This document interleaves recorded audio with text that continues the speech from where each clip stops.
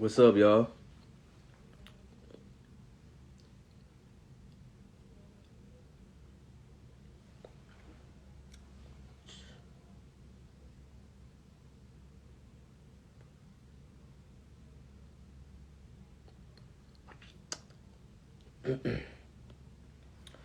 Just wait for my guy Brandon to hop in with me.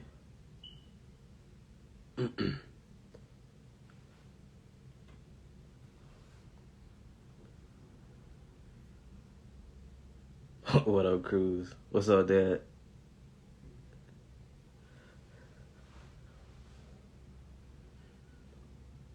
Just wait for B to hop in with me.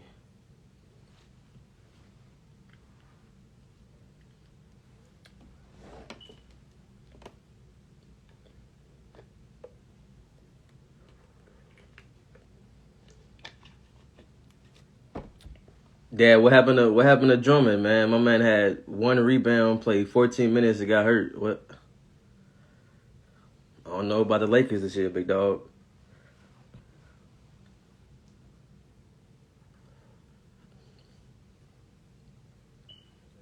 Yeah, I don't know about LA.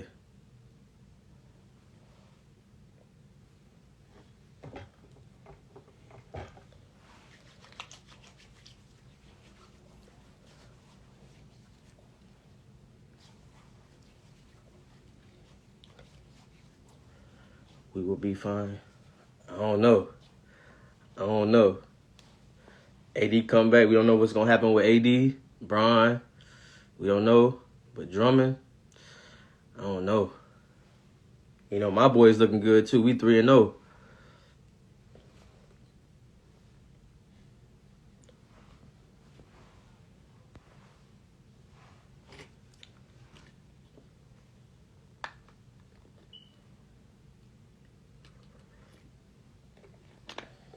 Yep, you gotta watch out for my guys, Portland.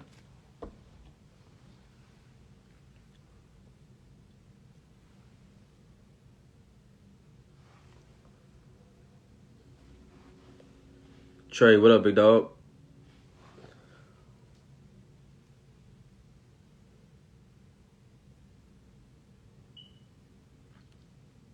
What do you say, 49ers and Lakers to the casket drop? No, I feel you. You were right. I feel you on that. I feel you. 49ers and Lakers. Remember you told me you ain't even want Bron to come to LA. Remember? Now look, he done brought y'all a ring. Legendary, bro. I told Russ Smith too. My guy. Appreciate it, bro. Appreciate it, bro. Let me see if B tapped in yet. No, I just talked to him. Let me see. Let me give him a few minutes.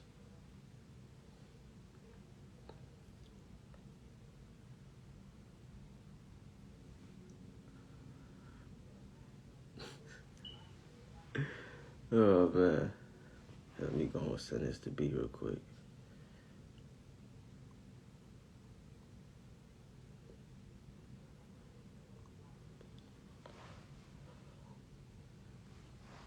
What y'all got going on for today?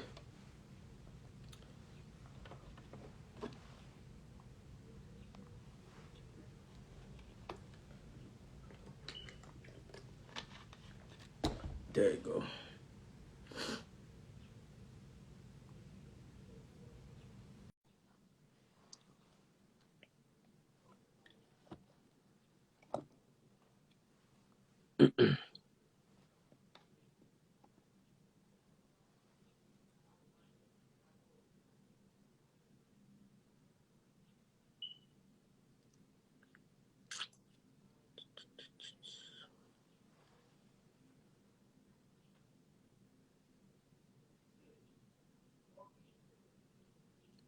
Hey B, it won't let me add you in, bro.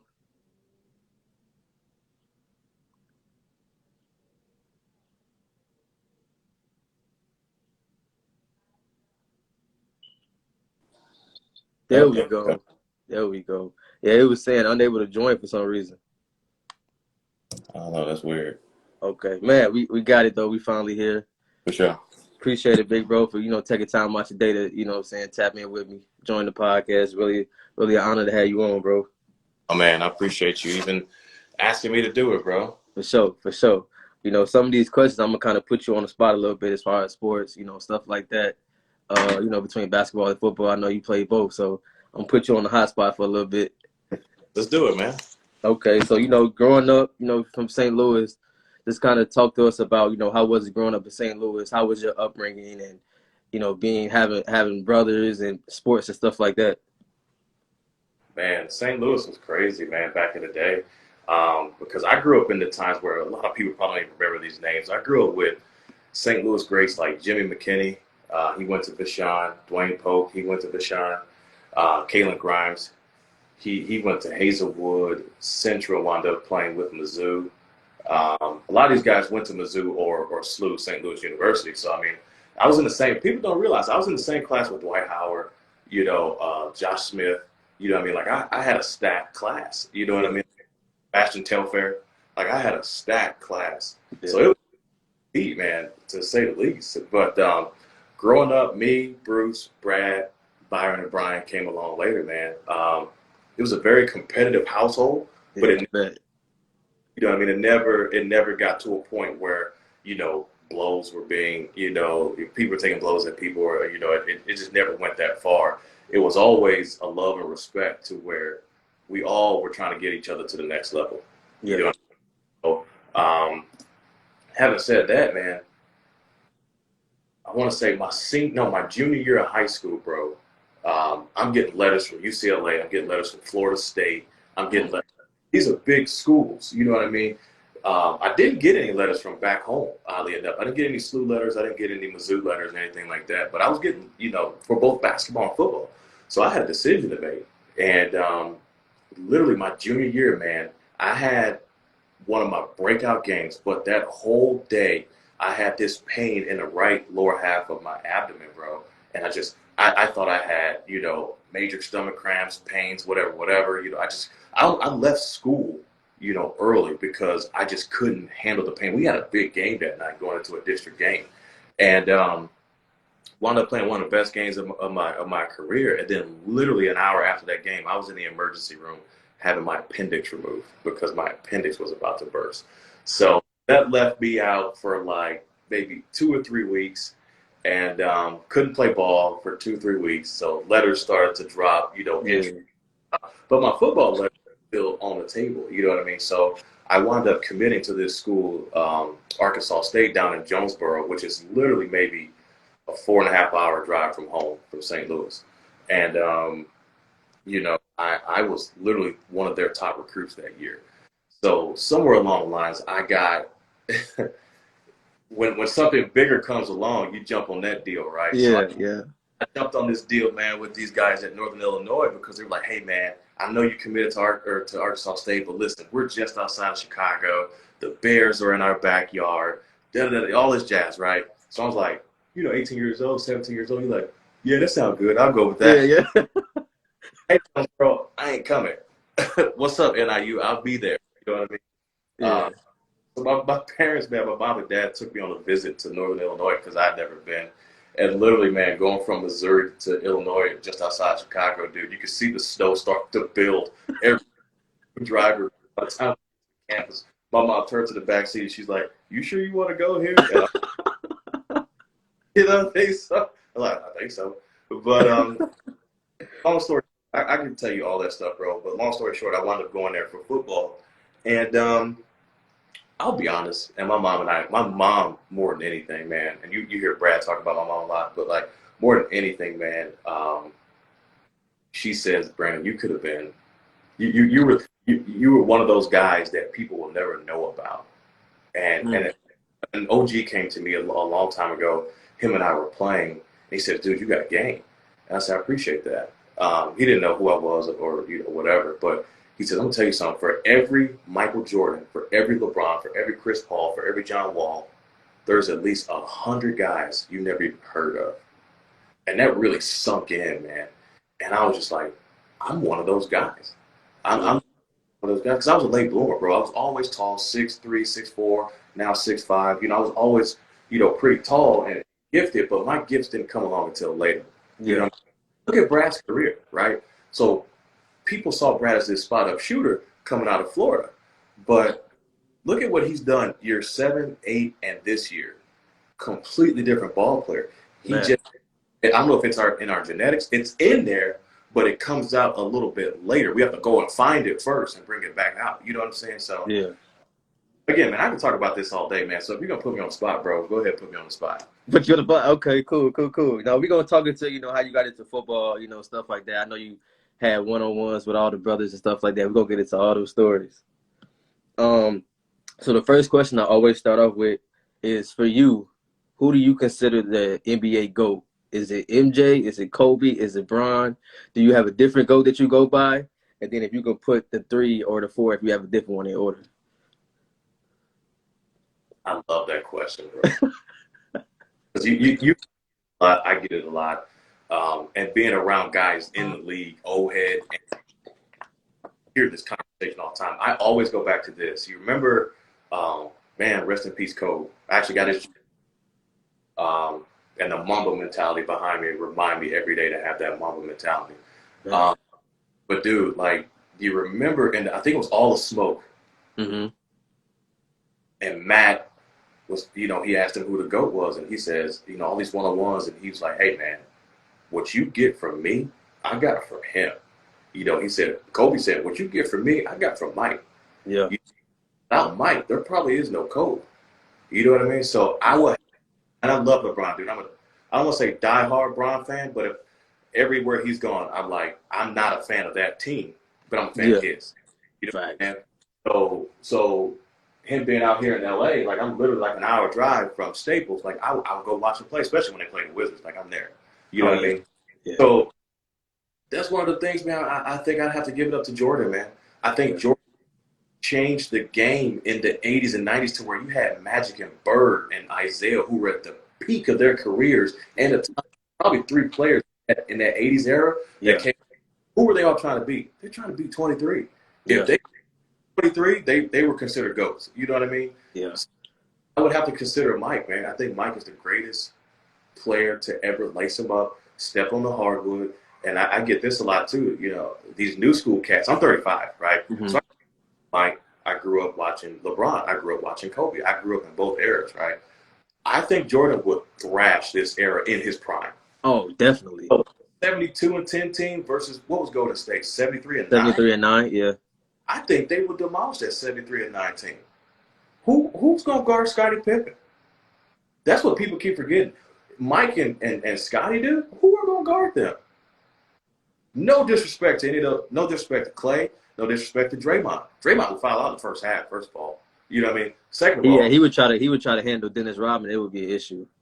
Bro, Dennis would, like, Draymond is a head player, but Dennis was a head player in the 80s when he was with Bad Boy Pistons before he even got to Chicago. Yeah. You know what I'm saying? So I think he'd foul out the first half. Love Draymond, love Golden State, love Steph and all these guys, but they wouldn't last 4. They'd be swept in 4. Ooh, okay. We got a bold prediction. Okay. So Mike, ooh, okay. So we going MJ, then we going Kobe Bron or Bron Kobe. So for me, I have it. It's weird. People make fun of me, but I have 1A Michael, 1B Kobe. Yeah. It would be, LeBron. You know what I mean? Again, huge LeBron fan. Can't take anything away from him. To play as long as he has the level he's played at and the intensity he plays with, can't take it away from him. But he don't. I was just talking to somebody literally before I joined your podcast.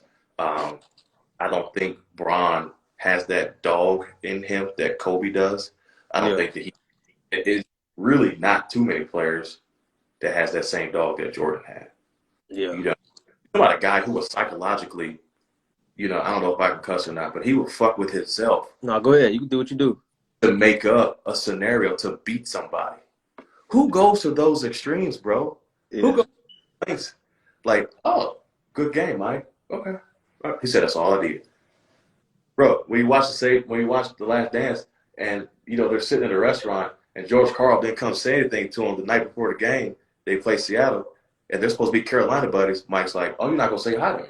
That's all I needed. I was like, dang. Add fuel to the fire. fuel, bro. I've never seen fire like that, and I try to apply that same fire in my business, bro. Like Yeah. it's got to be handled a little bit differently. You know what I mean? But it's just Yeah. like Mamba mentality. You know what I mean? I think Mamba mentality kind of derived a little bit from MJ. If you really pay attention, I saw a YouTube clip, man, of Michael, and like the screen was split like ours, but horizontally, like Mm. doing the exact same move in red and black and purple and gold. And it was literally carbon copy. Like you could not decide. Like if it was a silhouette and it was just black and white and you couldn't see colors and you couldn't see anything, like we know what Kobe looks like. We know what Mike looks like. But if just to the normal naked eye, you'd be like, oh, that's Michael Jordan. Yeah. But it could go either way. Like that's Identical. identical, man. I've never seen anything like that. Drew Brees don't throw like Peyton. Peyton don't throw like Jared Goff. Jared Goff don't throw like Steve Young. Like Yeah. you do not see that. T.O. does Brian. Dez doesn't run like Jerry Rice. You know what I mean? It's I love it, man. I really do. Okay, I respect that. So let me ask you this. Do you think that there's a way that Bron could ever pass Kobe and MJ in your book? Or is it like a definite no, Mike, 6-0, stuff like that? What they say he played 15 years. I know my dad tells me every day, he was like, look, Mike only played 15 years and he's what, top 3, 4 on the scoring list? He was Yes. like, just imagine if he played 20. He was like, Kareem, like nobody would pass him in scoring. Yeah.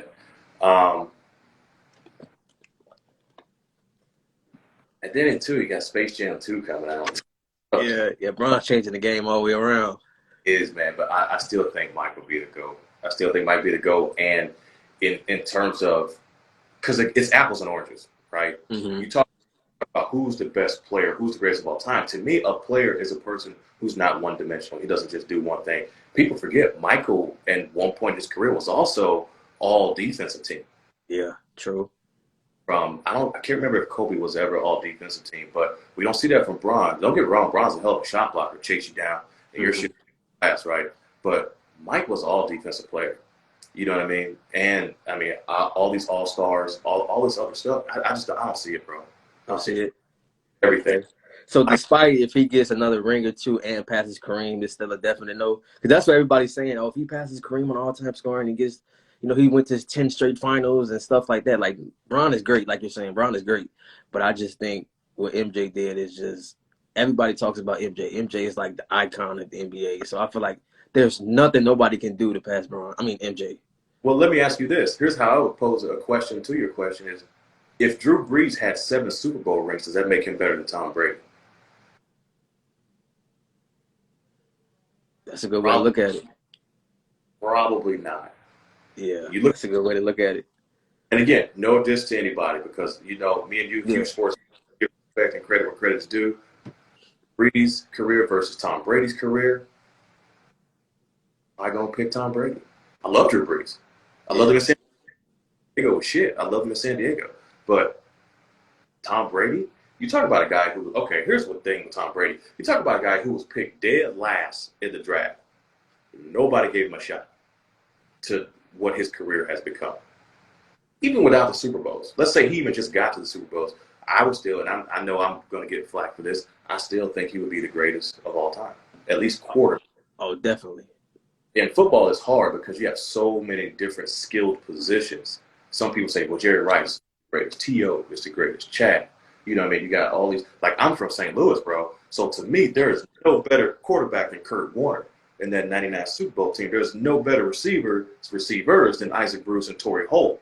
You know what I'm saying? And I'm not hard on Marshall Faulk in the backfield. Like, beat the bro. Come on now. Like, dude, that team was smoking. And now running backs are obsolete anyway. There are no running backs. You know what I mean? Everybody goes out and pass. You know what I'm saying? So, I mean, even if Mike were to get 6 or 7, or like when you said in Miami, 8, not 9, not 10, I still don't think that would make him the GOAT. Okay. For you, when you were coming up, who were like some of your favorite NBA players? I know you said you watched MJ, but were like there other people that you were watching besides MJ? Yeah. Again, living in St. Louis, we didn't have a team. You know what I mean? Hawks moved to Atlanta. They became the Atlanta Hawks way before I was a kid. So the next closest city was Chicago. So I was a Bulls fan. But the next my next favorite player, man, was probably Ray Allen. Ray Allen, Ooh, 20. That's why I wore 20. You know what I mean? I say Brad watched him as a kid. I don't know. You know what I yeah, mean? They developed a relationship later, but Ray Allen was probably my next favorite player. That's he and Larry Hughes. You know, Larry Hughes, St. Louis kid, went to St. Louis U, got drafted to Philadelphia, played with AI for a couple of years, played with the Wizards a couple of years. I was a huge Larry Hughes fan. yeah, he You, nice.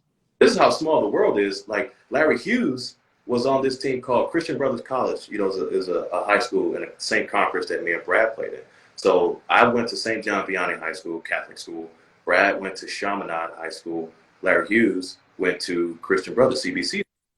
Larry Hughes was teammates with Jason Tatum's father, Justin. So I grew up watching Larry and Justin play as a kid. Okay, Wow. and idolized them coming up. Larry Hughes also wore number 20. That's why I wore 20. You know what I mean? Larry Hughes and Ray Allen were the reasons I wore 20. So I watched them, and now you look at Justin's son, who's now Jason, playing with the Boston Celtics. This kid is just massive right now. That's how small the world is, bro. Yeah, Teacher, my mom was a teacher at University City High School, which is a public school, and she coached volleyball and basketball. Her players on both of those squads was Jason's mother. Okay, that's how small the world is, bro. that's crazy. And Jason are so tight. You know what I mean? It's just his lineage. You know what I mean? So, Yeah, but I would definitely say Larry Hughes. I love watching him play. I wasn't a Kobe fan back then. I thought he I was wasn't either. That's like crazy. he was a ball hog. I was upset for Shaq all the time. So you know what I mean? I'm like, man, he got a team. He got all these players, these good players. You know what I mean? Use them. But I'll be honest too, man. He said something, and I don't want. I'm gonna paraphrase because I don't want to misquote, but you know, I think he said something along the lines of, "I trust me with the ball and missing that shot that you shoot the ball and actually making it." I can't. I'm paraphrasing, so please, hey, if y'all are on here, do not write that down. Uh, I was like, and from that point on, man, I actually got it. I understood it. And that's what my mom was trying to put into me at such a young age, 15, 16, 17 years old, is to trust yourself. You know what I mean? Be confident. Don't be arrogant, but be confident. Kobe has a confidence, you know, and it borderlines. Look, man, when you play high level in anything, whether it's business, your relationship, or sports, you got to have some dog. There is a little bit of arrogance that you have to have. You have to have that dog in your fight, or you won't make it, man. You won't make it. You got to have some dog in it. Bro, Mamba mentality, a constant quest to be the best version of oneself. It's on my wall, man. Like, and that's what he was trying to get across, even as an 18-year-old kid in the NBA. You know what I mean? And I didn't get that then. Yeah, But I damn sure get it now. And I got it later. You know what I mean? Wizards game on his farewell tour. hmm, So oddly enough, he hit the game-winning shot over Brad. But that was still, even though he did that, it was still an awesome moment just for basketball and for Brad to be a part of it. You know what I mean? So I tracked him down. I got with some of the Wizards guys like, hey, take me to the Lakers locker room. I need to talk to this dude. And it wasn't like a fan. It was more or less like passing on a torch. Like, hey, man, I don't know if you have a connection with Brad. I don't know if y'all have each other's phone numbers, but dude, what tips, what nuggets can you drop me that I could pass on to him? Not that Brad wasn't capable of doing it himself, yeah, but I still have that older brother mentality in me, even though all my brothers are in their 20s and they're grown. I still have that dad kind of thing in me. yeah. You know what I mean? So I was kind of like dad at that moment. I was like, dude, what can I give him? You know what Coach said? He looked right at me, bro, and he goes, bro, I already got him. He said, don't even worry about it. And the conversation probably, people over exaggerate, but I'm not. That conversation probably lasted a minute, minute and a half. Wow. Most chilling moment that I had with a pro ball player. And from that point on, not only did he have and earn my respect, but he had my love too.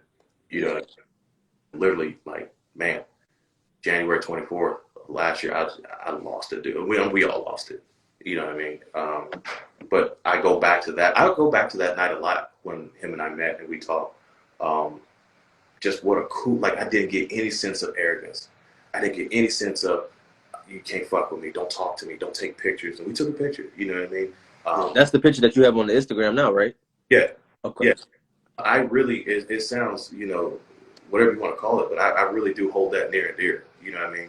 Yeah, that was a special moment. I just what you were able to get. Some people would die for it just to meet Kobe, just let alone have a conversation with the man. Yeah, So for you to have that opportunity, I bet that's something that you probably will live with for the rest of your life. Just to like it's a blessing to you. it is. It really is. I appreciate you saying that. Man. Alrighty. So if I was to ask you to give me your top 5 players in the league right now, who would be your top 5? Oh, man. Brad. And it's not Definitely. scoring title, but it's because I look at what he does. People look at scoring, and that's cool, but you have to know the game of basketball. Yeah. You have to see what that player brings every single night. You know what Brad brings every single night? The boy brings this. Facts.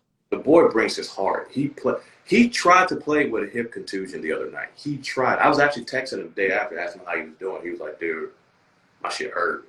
I was like, Yeah. "He's down." I was like, Because you can tell when he hit the ground, he instantly tried to hop right back up. See, that's the football in it. You know what I Yeah. mean?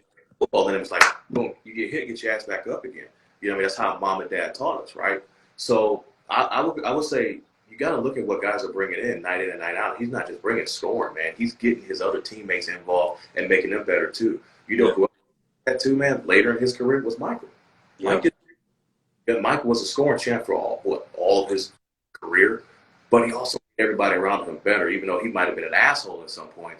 Like, you knew where he was coming from. He came from a good place and trying to get his guys better. Like, hey, man, get on my level. If you're Yeah. not, fuck out. We'll Yeah. get some here who's going to play.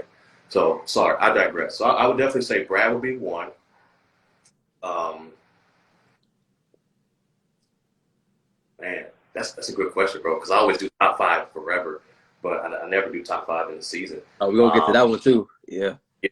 Brad would definitely be number one. I would definitely say James Harden would be number 2. Uh, James is definitely number 2. When he's on, Steph is in there. And this is in no random order, except for Brad being one. Um, Steph would be number 3. Ron,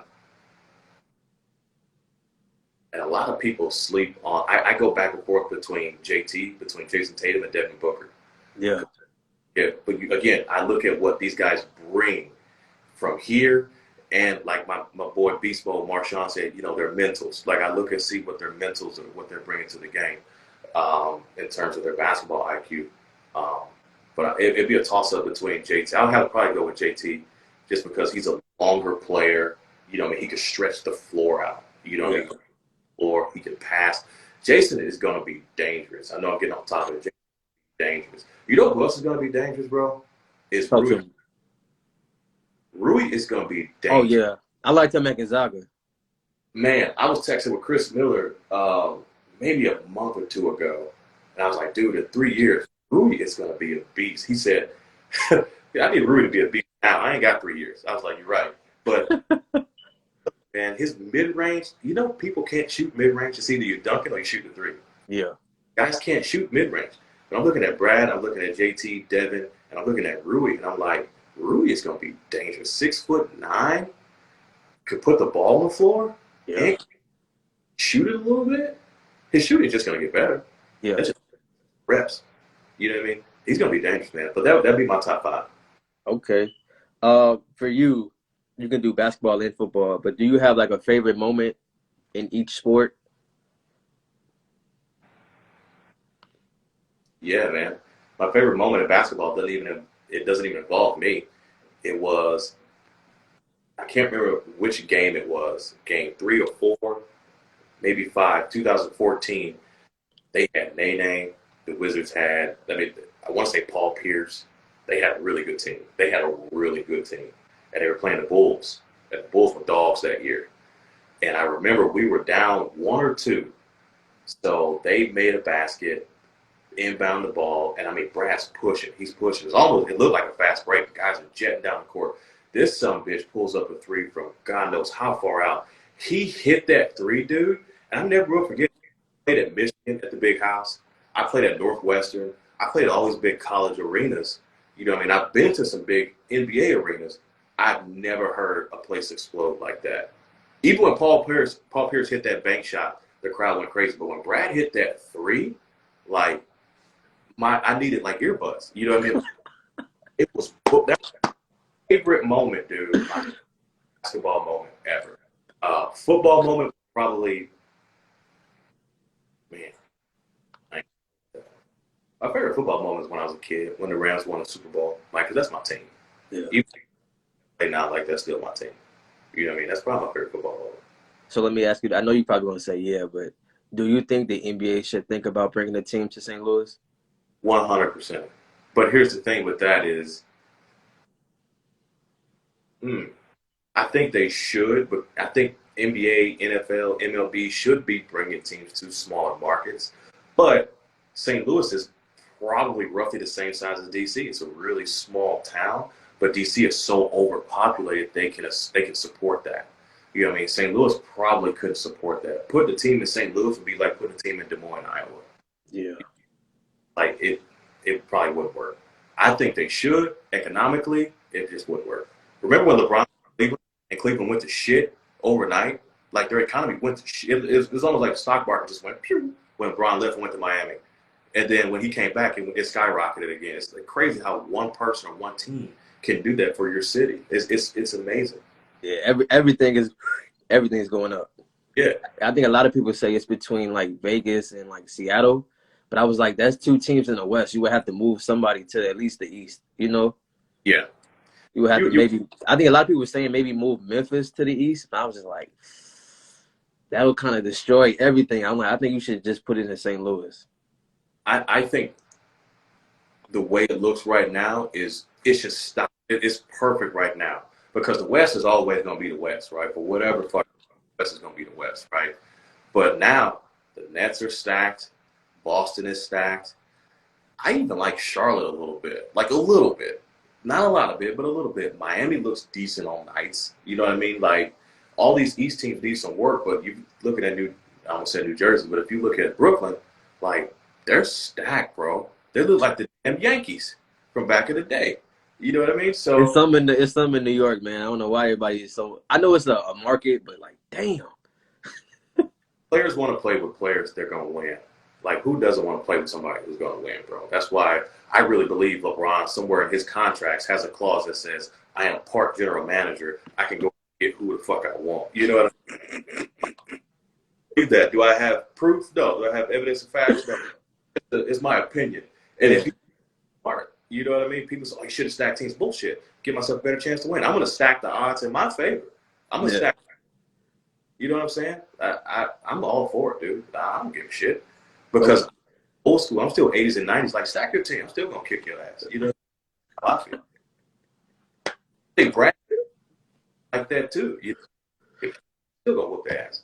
Yeah, that's why, like, Brad, Dame, people like that, they're so loyal and so like, yo, I want to win one.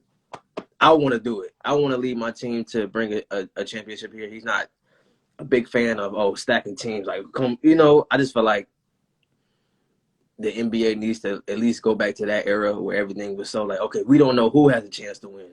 Right. Now it's between Brooklyn, Clippers, Lakers, like them the teams you hear about. But when it was like you had the Bulls, you had the Pistons, you had like we didn't know who was going to win. I feel like that's what made the game so much more intense and stuff like that, that everybody was drawn to watch a game. Oh, I have to watch this game. Now it's just like, all right, the Brooklyn is going to probably play the Lakers in the finals. Like, I feel like that took away from the game a lot. I'm not a fan of it as a fan, but hey, I mean, now people are so, if you don't win a ring, you're not good. You're not a legend. You're not a Hall of Famer. Like, and I feel like when people hear that, they're like, oh damn, I gotta win a ring. Like me, die hard Carmelo Anthony fan. Since knee high, I was like Melo, and now when Bron, D Wade, Bosh all don't want a ring, I was like, damn, Melo, gotta get you a ring, bro. You gotta get you a ring, because I'm every day I was like, no, Melo not a bum. He did this, he did that, and it was like, but he don't have a ring, and I was like, dude, what Russell said yesterday, he was like, career is not defined. My legacy, bro, that's the key word that a lot of people don't use. We use career instead of legacy. Legacy far beats any career. Look at what Jordan's legacy is. Fuck what he did on the court. Look at what he's doing now. I love what Russell said. My career is not defined by how many rings and chips I got. It's what I do off the court. There's guys who got rings that I know personally that don't do shit for their communities, don't give back, don't do this, don't do that. And yet I haven't won a ring, and I'm not tooting my own horn, or he wasn't tooting his own horn, but he's giving back. You know, he's a kid from Southern California. You know what I mean? You know how impoverished Inglewood is and how Compton is and all these other places, you know what I mean? Like the Gardens. Like, dude, he gives back. You know what I mean? I love what he said, man. And I was a huge Melo fan too, but brother Bruce. So there's me, I'm the oldest, and then Bruce is second. Huge Melo fan. I mean, like, when they would come play, oh my God. When we were in DC, when I was living in DC, dude, Bruce, like, that's his guy. That's his all-time favorite guy. Goat to me, man. Goat to me. I'm gonna go. I'm riding with that to the day I die. You know. Say it's apples and oranges because it's what are they bringing to the table? You know what I mean? Like if you're talking about scoring, talking about defense, talking about rebounding, talking about this, like what are we talking about? Because it's so broad. You really need to break that down. Who's the best, bro? You could put Mike, Kobe, Melo, and I would even put AI in there. Just the way how he had to score because he was so undersized. You know what I mean? Who's the greatest rebounder? Bill Russell. You got Dennis Rodman. You got all these Will Chamberlain. Like, these are big-time players. You know, so you can't really say who. Bro, here's my favorite. Who's the best point guard of all time? People say CP3. Mad love for CP3. Love CP3. Met him too. Real cool dude. Some people say Magic. Some people say Isaiah. You know what I mean? So it's just like, who really is the GOAT? Like, you can't define it, man. I don't think. You have to put it into subcategories underneath this umbrella of the GOAT. Who's the greatest of all time scoring? Who's the greatest of all time rebound? Who's the greatest of all time leading their team to championship? You know what I mean? Like, I really get down. So are you a fan of people saying, okay, you're a GOAT of this certain generation? So like MJ had, you know, the 90s, Kobe had the 2000s, Bron had the 2010s. Like, are you a fan of that more? Do you think people should go by that? Or should people go like, oh no, to ever touch a ball is MJ? I'm cool with that. But yeah, Mike was the GOAT of the 80s and 90s. Mm-hmm. Kobe of the 2000s, Bron of the 2010s. But Mike is still the greatest of all times. Like, of the entire length that the NBA was resurrected. You know what I mean? Like, you know what I mean? He was different, dude. That dude, I've probably watched Last Dance maybe 5 or 6 times since it aired. And it's just, I don't watch it because it's entertaining. I watch it to learn what went on inside of Michael's head. You know what I mean? Like, all the drama and the bullshit, that, don't get me wrong, behind the scenes shit, that's cool too. Mm-hmm. But I want to get inside of Mike's head and be like, what is this dude thinking right now? That's how you become better. That really opened the eyes out of a lot of people, especially like me, because I'm only 24. I didn't get to watch Mike play. So seeing that, I was like, damn, Mike really was different. Yeah, the dude was different, man. The dude was different. He just had something else in him. And people on here, please don't take this wrong, but I equate a lot of his mentality to what Brad's is today. You know what I mean? Like, just the heart and the passion. And there's this one word, man, that a lot of guys don't use or play with, and it's desire, bro. Mike could give a fuck about money. Brad could give a fuck about money. I try to talk to Brad about money. He don't give a shit. He wants to talk about the game. You know what I mean? Same with Mike. He didn't give a shit about money. If he did, he would have been trying to renegotiate contract after contract after contract, but he wasn't. It was all about, hey, man, we need to win. Or if these motherfuckers ain't going to help us win, get them niggas out of here and bring us somebody that's going to win. And that's crazy. That's crazy you said that, because that video that just came out that Brad posted a couple of days ago, I think that video probably touched a lot of people. Because I had people like, yo, bro, I'm going to share this. Like, and like, people need that. People need you to be raw when you're speaking to them, to let them know. Brad was like, look, you're not taking my job. You're not. You got to play me, and you're not going to take my job. And I think he said it. He was like, my brothers, my family, they'll never have to work a day again. Like, that's my mentality. Like, you have to play like it's your last. You know how they always say that? And so by you saying that, I feel like, okay, when it's constantly being repeated and you talking about Brad's mindset, I was like, I see that now, because usually us as fans, you know, it's different for you. Like, we don't really get to see Brad. Like, I thought Brad was like quiet, you know, like Brad doesn't talk. Like, on the court, Brad, you barely hear Brad talk.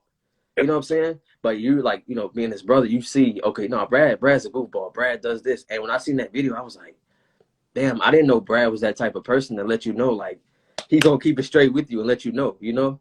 Naturally, he's quiet, bro. He grew up that way. He grew up a soft-spoken, quiet kid. I really think it was probably the year Paul Pierce got to DC. I want to say, and again, I'm paraphrasing. I don't be misquoted. I'm pretty. Paul Pierce probably tried to get some leadership out of him and get Okay. talk out of Brad. That's kind of look outside looking in, not being in the locker room. That's if I'm Paul, that's what I'm trying to do. I know I don't have many legs left to stand on. You know what I mean? I need to pass the torch. Like I'm gonna pass it on to this young 20-something-year-old. You know what I mean? So after that year, you started to see Brad getting a little bit more dog in him in terms of communicating, talking, just being more vocal about stuff on the court and off the court. You know what I mean? But when he posted that video, dude, you can't see it. I got chills and goosebumps now thinking about it, man, because, and him and I tell him this a lot. I was like, usually the big brother's the one giving the advice and looked up to. I was like, dude, like the roles when he was probably year 5 or year 6, the roles started to change. Like I looked up to him and the things that professional athletes have to deal with on a night in and night out basis and still get shit for it in the press and from fans and from executives and whatever the fuck else. Like they go through a lot, man. I really do admire him. And when I saw that video, dude, I was just like, wow, this kid is different. Yeah. Who else would speak like that? I was even at a point like, damn, he posted this. I was like, that's locker room talk. Like you don't post locker room talk. You know what I mean? But I'm just like, man, this shit gotta go viral. Let me post it too. And before you knew it, bro, that shit was fucking from LA to New York to Florida and back to LA again inside of a day. You got Devin Booker talking about it. You got Isaiah Thomas talking about it. You got all these other players, JT talking about it. It's just like, wow. Like that shit. I seen his like Sports Center, Bleacher Report. I was like, and it just went viral. And people, the one word you kept hearing, well, 2 words was real and raw. It was just super raw. He's like, they take your bread. You don't perform or you pout, they get you the fuck up out of here. Here's your bus ticket. Go home. We'll get somebody else in here to do it. And that's his mentality. You're not gonna take my job. I've earned this job and I'm gonna keep it. Which means every day I need to be making sure I bust my ass, doing what I need to be, working out, eating healthy. You know what I mean? Making sure I know plays, making sure I know defenses, making sure I know this, and making sure my jumper looks like that, and then taking care of my family and so on and so forth. You know what I mean? Like, yeah. He deals with a lot. And to be 27, almost 28 this year, he deals with a lot. Man, it's crazy. But like you said, seeing that video, and then me and my girl watches Kamaya's like YouTube channel, Yeah. and it's kind of funny. Like she got Brad doing like the funny stuff, so it was hilarious. So I was like, okay, maybe Brad's not so much of a quiet dude, when you see stuff like that. So I was like, okay, Brad's not a quiet dude. It just if you take him there, he'll go there. You can see that clearly. Yeah. For you, bro, when did you kind of get involved in sports? How was sports kind of brought to you? Was it just like a part of I know you said your parents were involved in sports, but what made you actually pick up basketball and football? I was like, okay, this is what I'm going to do with my life. Dude, excuse me. I'm not saying this to sound egotistical or anything, but I really believe it was passed on, man. I think it's genetic. I really think embedded in our DNA. I really do. Because check it. My mother's mother played basketball back when you couldn't really have black women or black men in the same white colleges. You know what I'm saying? And my grandmother was a hooper. Okay. My mother's father played baseball. My mother's sister, so I'm talking about my mother's side right now. My aunt played volleyball at University of Kansas. Okay. Mom played volleyball and basketball in college at Kentucky State, where she met my dad. My uncle Ronald, my mother's brother, was a middle linebacker for the Kansas City Chiefs back in the day before they became the USFL, the United States Football League. Okay. They had that merger. And then I have another brother. She has another brother who's also a pitcher. Okay. So that's just my mom's side. That's my dad's side yet. My mom met my dad at Kentucky State, where he was a cornerback and a quarterback, because back then they played on both sides of the ball. So like, you ain't gonna just play one side, you gotta play both. We ain't got enough players. So my dad was a quarterback and a cornerback, okay, and he played basketball, okay. All my dad's brothers, okay, my Uncle Bryant, my Uncle Bradford, and he passed a little while ago, but they all play basketball, Okay, so I really think, dude, it just trickled down into the deal. Like, they didn't give me a ball. They didn't give me a bat, which, by the way, baseball is my first love, believe it or not. Um, Basketball, it's like 1A and 1B with Kobe and Michael, right? That's how basketball and baseball, they're interchangeable. Um, but yeah, man, I just really believe it was passed on, man. Like, they didn't force anything on me. I found those things. It was just meant to be. Bruce found those things. Brad, we didn't give him a ball. He picked the ball up. And I never will forget this, man. Cool story that a lot of people don't know. The minute my mom claimed she didn't know, but I saw it. This kid, my mom and dad, we had this little house, man, in St. Louis, and literally, here's my mom and dad's bed near the TV. It was like this little play school, little tiny tyke hoop that's probably get off the ground, right? Mm-hmm. So Brad, being all of maybe 3 or 4 years old, he takes this basketball, this little bitty basketball. Okay, every night he'd want to play.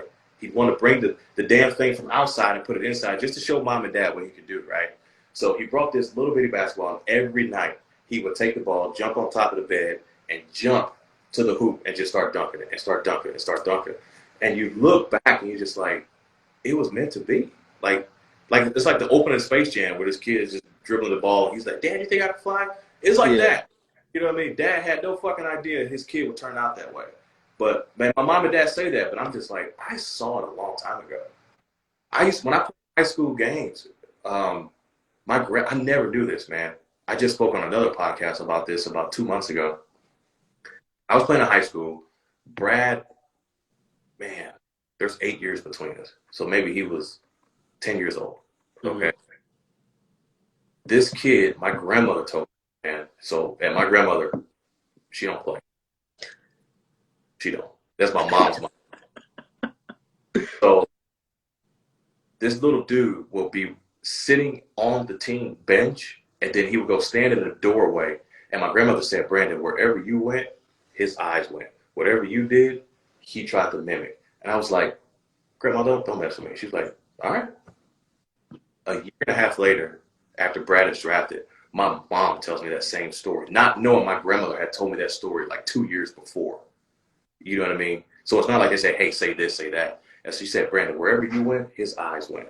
Whatever you did, he did. And I was like, get the fuck out of here. It's like, seriously? And dude, like, I just got this feeling of like, wow, like, that's pretty fucking cool. You know what I mean? And to this day, he'll tell you, like, who's your favorite player? Oh, it'll be my big brother. And then after that, be Allen Iverson. You know what I mean? Wow. Ray Allen are kind of like interchangeable in there. You know what I mean? I was just like, imagine your brother being LeBron and say, hey, man, my big brother, that's my guy. Like Jordan, you know, his brother Larry. Like, he said Larry's the reason I am as competitive as I am. And pretty much the reason why I am the way I am, who I am. You know what I mean? And that's who to think about, bro. And so when I was told that, I was just like, wow. And then for him to even admit it was like, wow. You know? But he was always that kid, going back to what I was saying, that at halftime, the refs would let him have the ball, and he just go out there and shoot layups and whatnot. And you just watch him. And you could see like an aura, you know, about him. Like he was destined to be something dope. You know what I mean? Like, yeah. Have that aura at that time. Don't get me wrong, bro. I was one of the top of St. Louis at the time, but I just developed later. You know what I mean? Play me at 18, and it's a coin toss. You play me at 25 or 30, I'm fucking kicking your ass, bro. Like, it's no joke. You know what I mean? Now I'm old, busted, and disgusted. I can't play no more. You know what I mean? I feel like my dad. But, yeah, man, oh, God. That just brought back some memories. Yeah, that's crazy, bro. What was I going to ask you next? Oh, I know you kind of discussed this earlier, but whatever you're willing to share, that's not too personal, but I know you kind of spoke about your appendix, but like, was there anything else that you kind of went through that kind of made you overcome it and kind of made you proud of the man you are now? I've never been asked that before. How did I overcome it? Now at 35, I know what I did. Back then, I don't have no fucking clue. Pretty much say, but I knew it was going to get better. I knew it was going to heal, and I knew I was going to get back on the court. So I was just sitting there on the end of the bench, just twiddling my thumbs and shaking my leg, like itching to get back in the game. You know what I mean? I knew it was going to happen. I actually went out 2 weeks before I was supposed to, and kind of reopen my stitches again. Because I was so hard headed, but I was also so competitive. And I'm watching my team play, and I'm not out there with my guys like that. That irked me. You know what I mean? Like that ate at me. We were making a run for a state championship at the time, so I had to do something, man. Um, and it didn't help, or it did help rather, that I still had my college basketball scholarship offers on the table as well. So that made things a little bit easier. Now, again, some of them did drop off, like the big ones like Florida State, UCLA. It's oddly enough, I was recruited both football and basketball by UCLA. But again, nothing close to the Midwest. But that's pretty much, that was simple for me. Like I knew I was going to get back on the court, so it was just it was time. That's all it was. Was that? I know that's probably the hardest thing to deal with is waiting and letting it heal, not putting too much pressure on it, not doing this, not doing that. So, how did you know? I know you said you kind of opened your stitches, but like, what was your mindset when you was like, "Damn, I just can't, I can't, like, I can't sit down. I have to do something." My mindset was I got to get my ass back on the court and help my team win, even if I'm a decoy. You remember when Scotty had the migraines and he couldn't play, and Mike was like, "Look, dude, like we need you." You know what I mean? Like it's the same scenarios. Like even if I had to be a fucking decoy.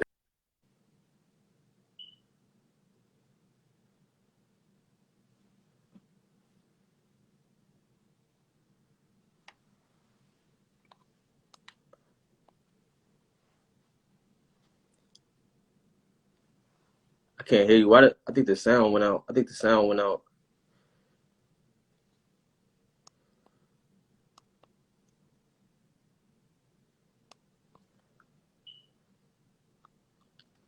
Hold on, B. I can't hear you.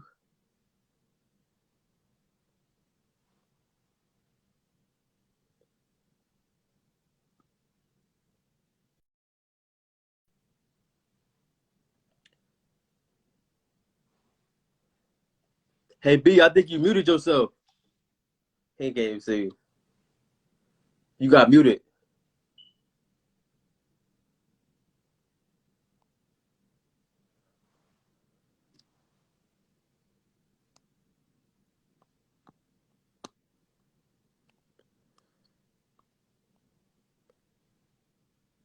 Nope.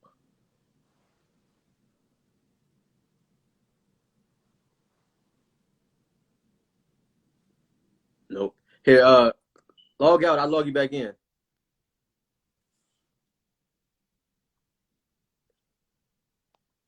Nope. Just exit out. I'll bring you back in. Let me see. How do you?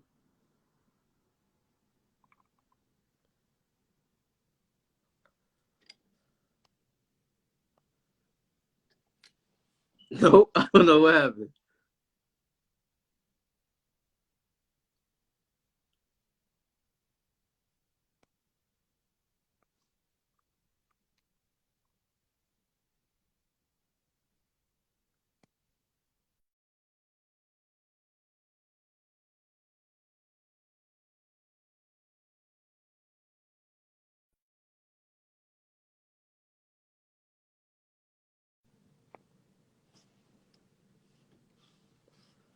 This is weird, man. Here, exit out. I'll bring you back in.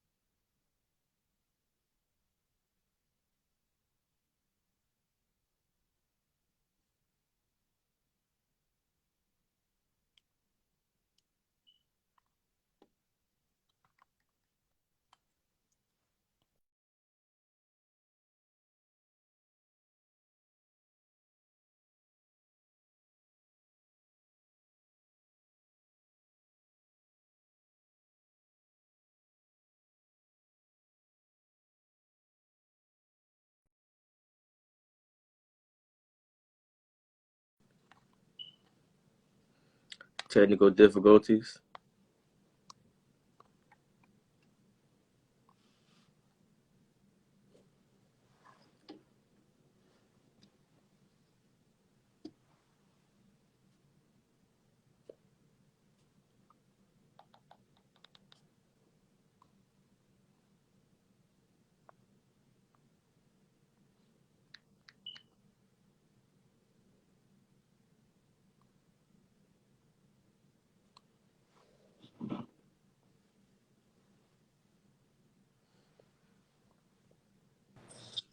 Can you hear me? There we go. That was weird, man. That wasn't me. That was all you. I don't take no blame for that. No, because I think I don't know why they was like, yeah, Brandon got muted. I was like, maybe you got a call or something that came through. I did earlier. That's probably what it was. Okay, man. Bring this up on my desktop, but it wouldn't let me for whatever reason. Man, that's crazy. Look, they trying to stop us from doing this podcast, man. Yeah. Sorry about internet world, Instagram world. That's my bad. You good. So this question right here is probably my favorite question to ask any guest I have on my show. If you can create a team of 5 all time from St. Louis, Ooh. who would be your top 5 hoopers from St. Louis? Oh, that's a good one. I put Dwayne Polk at number 1, at the 1, the point guard. I put Brad at 2. I put Jimmy McKinney at 3. Me at 4. Kalen Grimes at 5. And then I'd be willing to say we could probably take St. Vincent, St. Mary's. Oh, Because okay. my class, me, Kalen, Dwayne, like, again, that's the 04 class. You know what I mean? So, I think that St. Vincent, St. Mary's team, we would probably, it'd be a dogfight. It'd be a dog. You'll give them a run for their money, huh? Give them a run. Okay. Now we were talking about this. Give me your Mount Rushmore of NBA players. See, that's the thing. There's only, 4 on Mount Rushmore? Yeah. Mike, Bird, Magic. Damn. Brother, but my brother definitely would be up there. I was actually thinking about this the other day, man.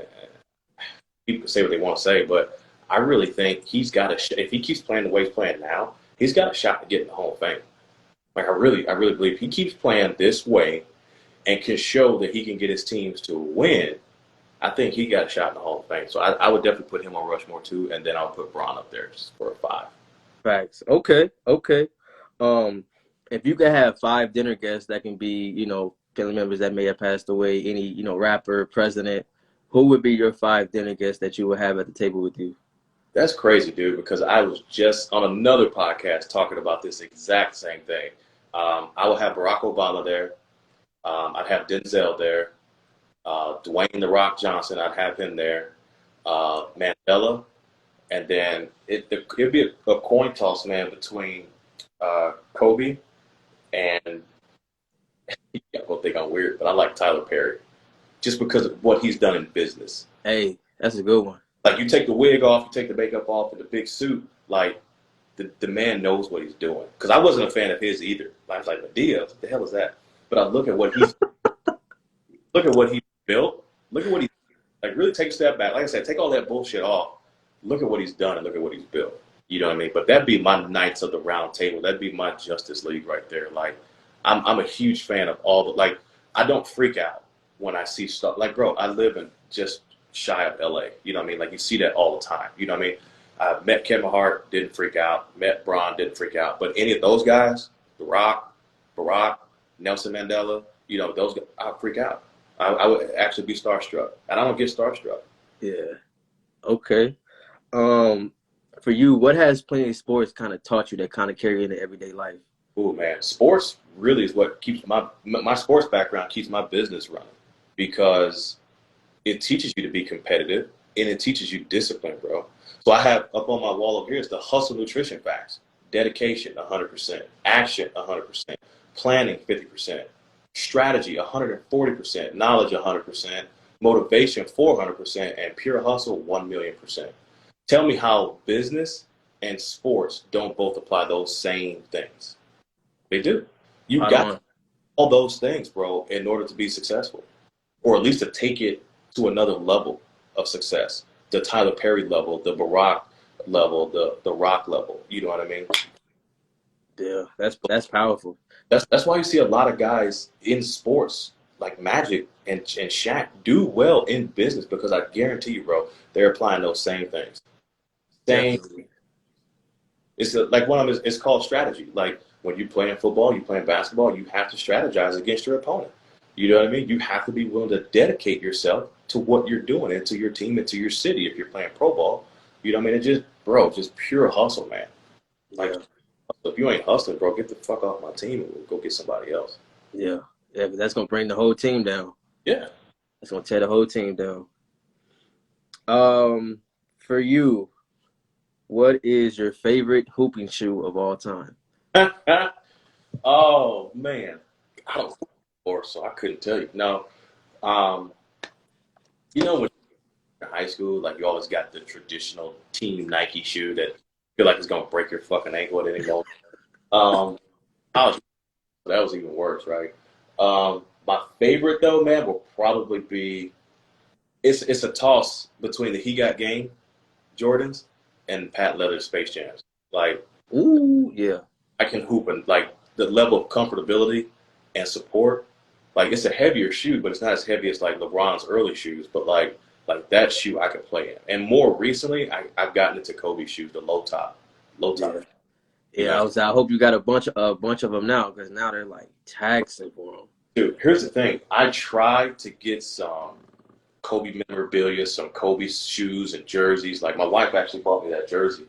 But I tried to get all that stuff, man. Nike shut it down. Like the day after his death, they shut it down. And so I just never really. And then I tried again a little bit later, but it was like you said, like you go on StockX or you go on to even any of these other like third party websites. It's like you're paying an arm and a foot for a shoe. And don't get me wrong, he's totally worth it. Yeah, But it's just like, geez, y'all really trying to profit off my man's untimely demise. Like it's kind of shitty. You know what I mean? So, but it is what it is.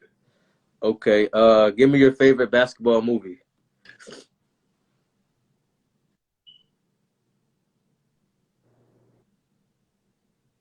Above the rim.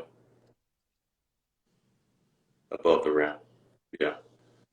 Above the rim, man. That's a classic, bro. If y'all never seen Above the Rim, you're missing it because it's not just it's basketball, but it's not the way you see it in like hoop or not hoop dreams, but in Hoosiers. It's not the way you see it in Space Jam. It's gritty. You know, it brings the streets into the game, and that's how it Yeah, was. And we didn't grow up playing at the Y. My brothers and I didn't grow up playing indoors. We grew up playing outdoor basketball, bro. yeah. Like Concrete courts.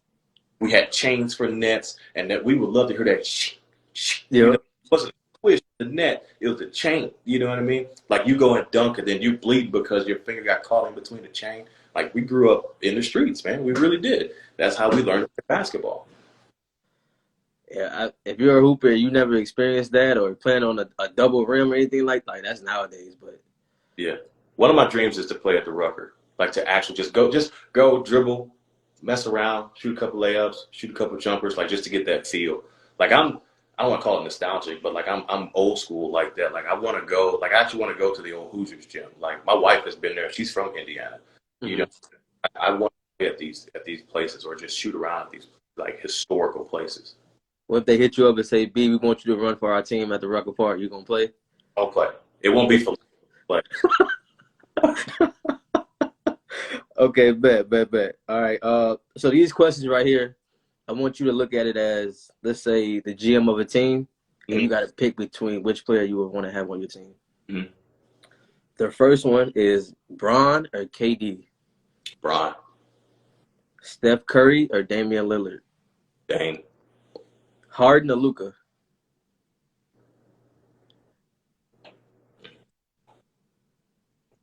mm. Luca, Kawhi or Giannis, Giannis. and then this one I got Brad or Jimmy Butler. Oh, Brad. Yeah. Even though your name is Buckets, We going Joker or we going Embiid? Say again. Joker or Embiid? Embiid. Dirk or Tim Duncan? Dirk. Steve Nash or Jason Kidd? You got me with that one. Steve Nash. Yeah. Uh, they're the same player. I probably have to go with Jason Kidd though. Okay. Melo or Paul Pierce? Melo. Um, Westbrook or Derrick Rose? Damn. Think about them now. I think about like the MVP Rose, and I think about triple double averaging Russell. So, having said that, probably Russell. Okay. We going Devin Booker or we going Donovan Mitchell? Oh, Devin Booker. And then we're going AI or we going D Wade?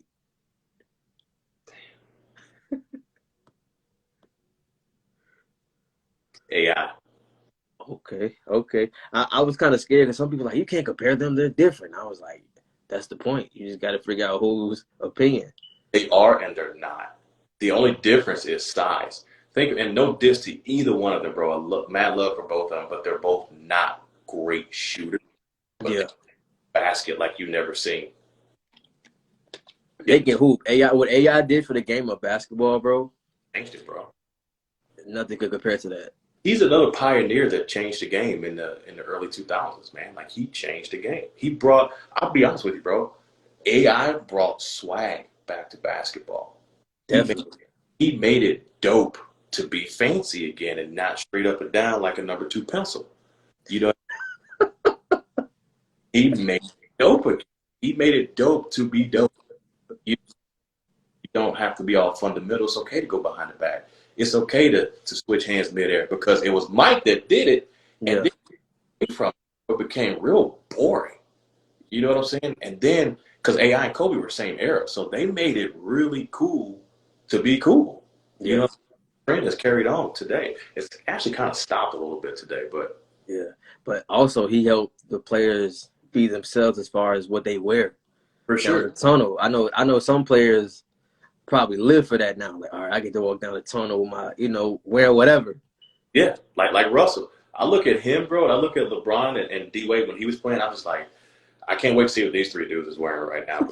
I know one of them is Especially Russ. right. One of them's gonna be half naked. One of them's gonna wear a suit with no pants, and the other one's gonna be wearing some sort of Versace flip flops nobody's ever seen before. Like it, you couldn't. Harden too. And some of his outfits, I'm like, It's too, yeah. yeah. And I got just a few more for you, bro. As Yeah. far as music, give me your top 5 rappers of all time. Mm. I'll be honest with you, bro. Like I wasn't really into rap until like my early 20s. So, but what the first thing that really got me was uh, the original Cash Money. So it was Juvenile, Lil Wayne, you know what I mean, the Hot Boys, it was them guys. So So the Juvie, 99 2000. yeah, man. So Juvie would be up there because that's how old I am for all y'all back that thing. It was like it was at 1999. Um, so he would be up there. Nelly would be up there with his Lunatics, Murphy Lee, and all them. Um, I was a huge Twister fan though. I'll say that. Ooh. I was a huge Twister fan. You know who I like too, man? I like Nas. I'm more of Got a to. well, even though I'm from the Midwest and I spent time in the East Coast, I'm more of a West Coast guy, like Cube, Yeah. Dre, and all them. But I would have to put Cube in there, and then right now, this era, probably, and then Drake. Even though he goes back, it's not really, it's his more hip hop than rap. Yeah. But if you're talking about straight rap, oh man, and I wasn't a Tupac fan, like a Tupac and Biggie fan. I promise you, I wasn't. And that's somebody Wow. death threats, y'all, but like I wasn't. It wasn't until after they passed that I have an appreciation for their music, and that's sad. You know what I mean? That's shame on me. And same with Nipsey. It wasn't until after he passed that I had appreciation for his music, and that's wrong with the world is, especially in my business. Like I'm trying to get people to understand how important it is to save for your future. You know what I mean? But you don't get it until something tragic happens, and it shouldn't have Right. to be. You know what I mean? It shouldn't have to be that way. Like you should have taken ball more seriously. You should have put in more hours, more film. Now you can't play no more because you tore your knees up, you tore your ankles up. You can't play no more. You know what I mean? And it's no different, with the music. Like, I really wish I had taken Biggie and Tupac, look, I don't want to say more serious, but I should have gave them an ear. You know what I Yeah. mean? Those are my guys, man. Okay.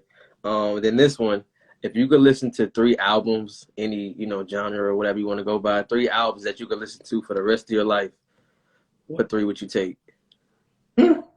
If it's the rest of my life, I can go with, oh man, that flip flop between, okay, Nelly's Country, or Nellyville, which was the album after Country Grammar, Jay-Z's Blueprint, um, and then probably Wayne's Carter. Ooh, okay. There Yeah, we go. That's a good one. yeah. A lot of people be tripping on Wayne, man. That young Wayne. People forget that Wayne was, what, 17 when he came in the game and to be where he is now, but it's just like people forget about those. Not even underground, bro. Like I said, he was with the Hot Boys. Like he was, the 50, not 504 boys, but like he was in that era. Oh, and Master P too. Like I was a huge P fan. Uh, Yeah. but he had some hits, bro. Like he had some solid hits back in the day that people sleep on because again, it's just like you, 24. You didn't get a chance to watch Mike. You missed it. You know what I mean? You have to catch Last Dance. You got to catch YouTube. We didn't even have YouTube back then. You know what I mean? Yeah. You have to be lucky enough to have someone who lived back then to post the shit to YouTube. Yeah. Yep. You don't hear it, so you don't know about it. Like I knew about that shit. You know what I mean? Like that shit was dope. Thanks. Okay.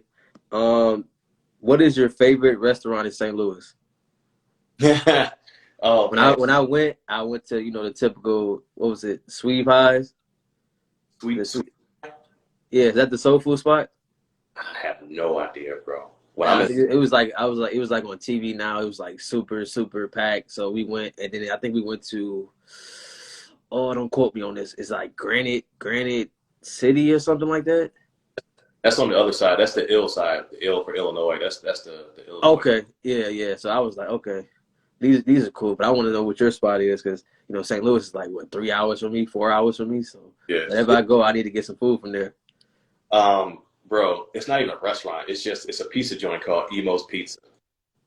I mean, Okay, you have New York's deep dish, or no, wait, New York is thin crust. No, New York is deep, and Chicago's thin. I've confused them. I flip flop. But dude, you will until you've had Emo's Pizza, bro. You've never had pizza. You never. It got to a point where when Brad living in DC, he would have Emo's FedEx him pizza. That's how good that fucking pizza is. really? I'm talking about, I don't know what's in it. I don't know their ingredients or special sauce or secret ingredients, bro. Get to St. Louis, just get you a slice. Get you a slice of Emo's Pizza. Oh no, man! They say being in Chicago, we got the best pizza, arguably. That's what they say. And bro, I lived on State Street downtown overlooking Lake Michigan. So I know Uh-huh. Chicago, right? I went to NIU, right? But great pizza, great hot dogs, right? Same with Boston. Boston has really good food. But dude, St. Louis pizza, bro. St. Louis is known for the Emo's Pizza and the ribs. And then if you drive down the 70, okay, to Kansas City, Kansas City is known for their sauce. So you mix Kansas City, Missouri sauce with St. Louis ribs, it's banging, bro. Okay, I'm gonna have to look at my girl in the comments. Chicago has the best. Like, I hope you writing this down. When we go to St. Louis, we can try these spots he's talking about. Yeah. That's where Kansas came from.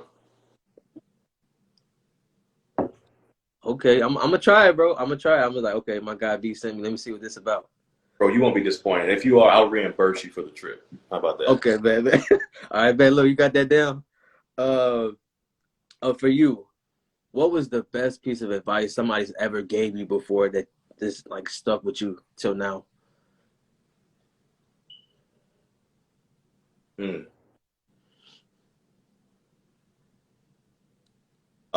There's two actually. One is, and I actually just posted about this the other day. That's why I posted it because I had just heard it. Someone say it, and I had someone told it to me a couple. Don't if you want a Rolls Royce, don't take advice from someone with Mm, you know. And then also too, in that process, expect to fail. When you set expectations early, you won't be as disappointed later, and you will learn from those failures early on to make progress later. So like people forget Kobe, yeah, probably one of the GOATs. Definitely one A and one B between him and Mike, right? But people forget when he was 18 and got in the league, he stunk for what, a year or two? Yep. Like all the time about having and shooting air balls. You know, he couldn't throw a rock in the ocean. You know, but he expected that, and he got better with that. He also didn't let that get him down and deter him from being. Even at 18, he had the mindset of being the best. In his bro, and this is how I think it. This is how I want everybody to try and think is, in my mind, I'm already a millionaire. In my mind, I'm already happy, healthy, and wealthy. You have to think it first, and then you have to see it, and then you have to seize it. You know what I'm saying? So it's no different in sports. Like, you have to see yourself being the best, and in sports, in order for you to be the best, you got to beat the best, right? Yeah. You have to have the mindset first, and then you have to have the plan of attack, and then you have to attack that plan. Yeah. Like, in my mind, I'm already there. Now I just have to get a few other things lined up in order for it to actually, come to fruition and come true. You feel me? Facts. Facts. So my best piece of advice is find you a mentor, somebody who's dope, somebody who's great and not going to lead you astray, but make sure it's somebody who, if you want a 10,000 square foot house, don't take advice from somebody living in their mama basement. Facts. A lot of them out there with social media, bro, fucking expert today. Guess what? Everybody's a jack of all trades, but a master at none. Jack of all trades and a master at none. How the fuck can you be good at everything but not be a master at this one? You can't. That means you're stretching yourself too thin. You're spreading yourself too thin. Focus on one thing first and then branch out to another one. There's too many people trying to do too many different things. And that's when I don't have time to go to the gym. I don't have time to start this business. I don't have time to do this and raise my kids. Bullshit. Yes, you do. Your focus is on too many different things. Yeah. Hyper focus, tunnel vision, apex predator focus on one thing. Get good at it, master it, then move on to the next thing. It's like with some of my buddies, they're like, hey, B, I love working with you. I'm going to try real estate too. Well, you can do that, but I know real estate is a beast. So you haven't even mastered this one in financial services yet, and you want to try to take on selling somebody a house? Have at it, man. That's not good. Yeah. Get good at it. Like, get good at your podcast first, D. Then you can start a TV show. Don't try and do both. Yeah. Like Steve Harvey, dude, this man goes from working out at 6 a.m., and then he goes to do Family Feud. Then he's got a radio show, and then he does, he's got his own talk show. But he mastered them all before he stretched out, before he branched out. You see what I'm saying? Yeah. Mastered all that shit first. Like, I'm just like, dude, Steve Harvey's work ethic at 61, 62 years old is better than mine. I'm 35.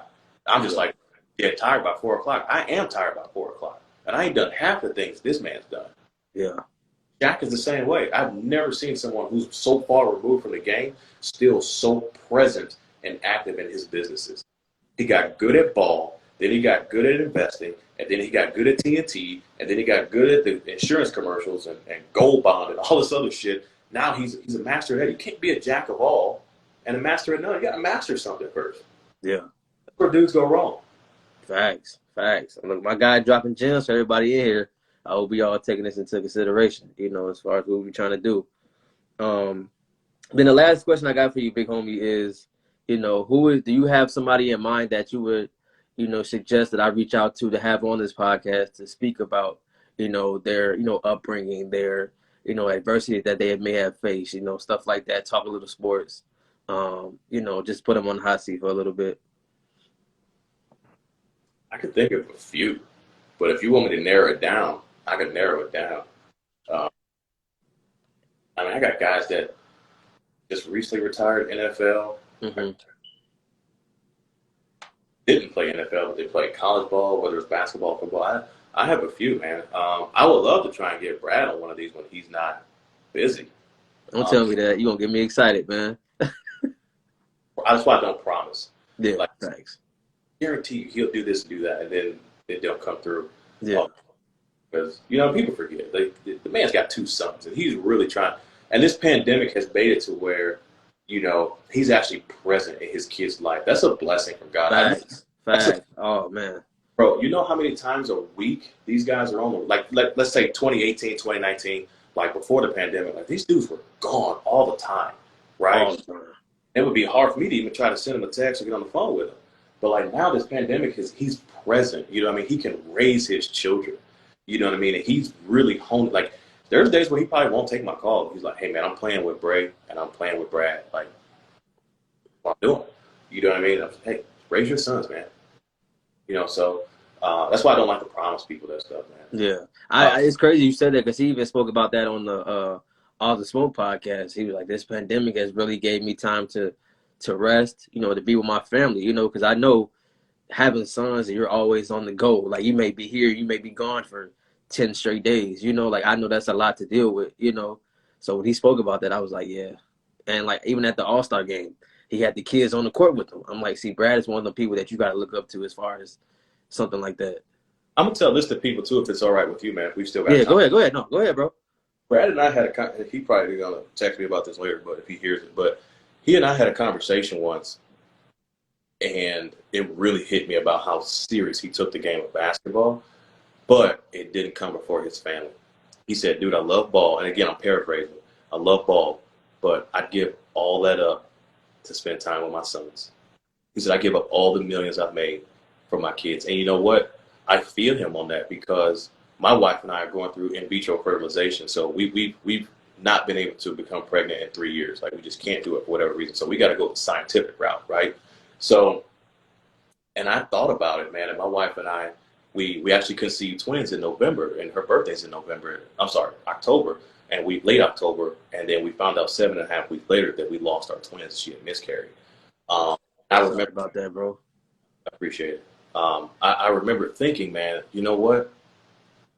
I want to be a dad so bad. I'd give up everything I'm worth, which ain't nearly half as much as he's worth. You know, I give up my cars. I give up my beautiful home. I give up all the clothes on my back to have a little boy run up to me after I walked in from a long day of work and I'm tired. I don't want to be messed with. And I see that little face and he's like this, like pick me up. I'd give it all away. I damn near sell my soul to the devil for that. I really would. And when he said that to me, I got it. You know what I mean? I was like, dude, that's powerful. You know how many guys say you're crazy? You know how many guys say you're stupid? Take the bag. Get the bag. Secure the bag. Fuck that bag. Money comes and goes. Family. Yeah. That's why he said what he said. He said, my mom and dad, he said, I could stop now and be set for life. My mom and dad would never have to work. My brothers would never have to work. Everybody would be set for life. That's how much he values family. Yeah. And I respect that 1,000,000%. Facts. Yeah, Brad's a good dude, man. From the outside looking in, good dude, man. Good dude. And like I said, watching the Kamaya's YouTube channel, you really get to see that a lot more now.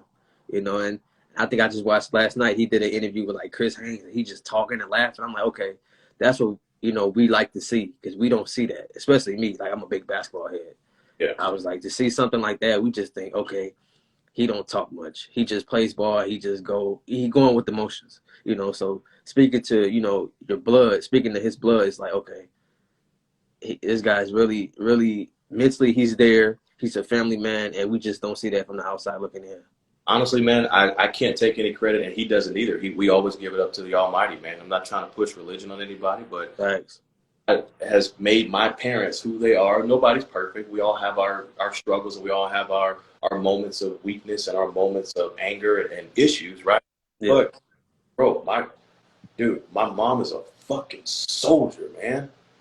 And my mom and dad don't even, they match, but they don't because mom is so in your face. Like, my mom still coaches Brad in NBA games from the stands. Like, no bullshit. She'll be sitting under the home basket, and she'll still be screaming and yelling and pointing and telling the ref this and telling the ref that. Bro, my mom does not play, right? And my dad is just the opposite. He's so cool, laid back, chill. But he'll throw in a few, F you this and F you that in there once. You know what I mean? But just they're so total opposite. But my point is, God really put all of us in such an awesome position, man, that we cannot take credit for. It's all him, dude. Right.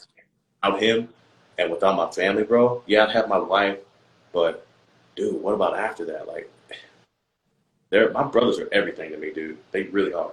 I look at myself like Master Splinter, and they're the fucking Ninja Turtles. Like, that's how I look at them. Like, I would take a bullet for any one of them right here, right now. They're my favorite people on this planet. And even though there's 2 years between me and Bruce, 8 years between me and Brad, and 10 years between the twins and I, it's almost like we're all the same fucking age because we all act like we're 22 years old when we're together. That's why it's good we don't get together because we will blow something up. So we don't blow shit up. But it's Yeah. where we left off, man.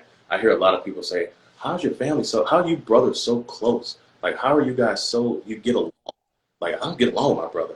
I don't get along with my sister. I'm like, really? To me, that's weird because we do get along. Again, we're not perfect. We have our moments, but at the end of the day, I got his back, he got mine, and the other three got my back, and I got theirs.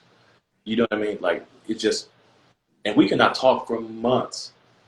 Like, I haven't talked to my brother Bruce in a while, and then he sends out a text, hey, you know, this, and that, and the other. And I'm just like, boom, I'm there. Say no more. You know what I mean? Like, it wasn't even a thought. I'm just like, I'll be there. I'll move some shit. I'll move all this shit out of the way. That's my brother. You know what I mean? So, like, I text with Damian Lillard's brother. You know what I mean? I text with, you know, Katie's brother. And it's like, they get it too. You know what I mean? Like, T,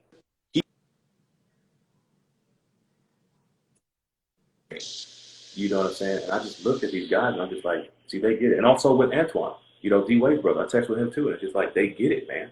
It's family first, bro. It's family. Man. My guy B, man, I really appreciate you, man. You know, it's an honor to have you on here, bro. You know what I'm saying? Good dude, real cool dude, you know, from when we, you know, the talks we have and stuff like that. Man, bro, I just wish you, you know, the best, you know, with you, your business, your family, everything like that. You know, it's all love from me to you, bro. Appreciate you again, bro. And like I said, we definitely gonna stay in touch. It's crazy because I was just in LA like what 2 weeks ago, and I didn't even think to hit you up, but we were in Long Beach and we were, you know, kind of back and forth. But like I said, my guy, I appreciate it, man, a lot. It really meant a lot to me, bro. So all the best to you, my guy. My dude, I appreciate it, man. Hey, you want to do another one, bro? Just let me know. I'll make space. Definitely, my guy. Salute, bro. I'll talk to you. Take care, bro.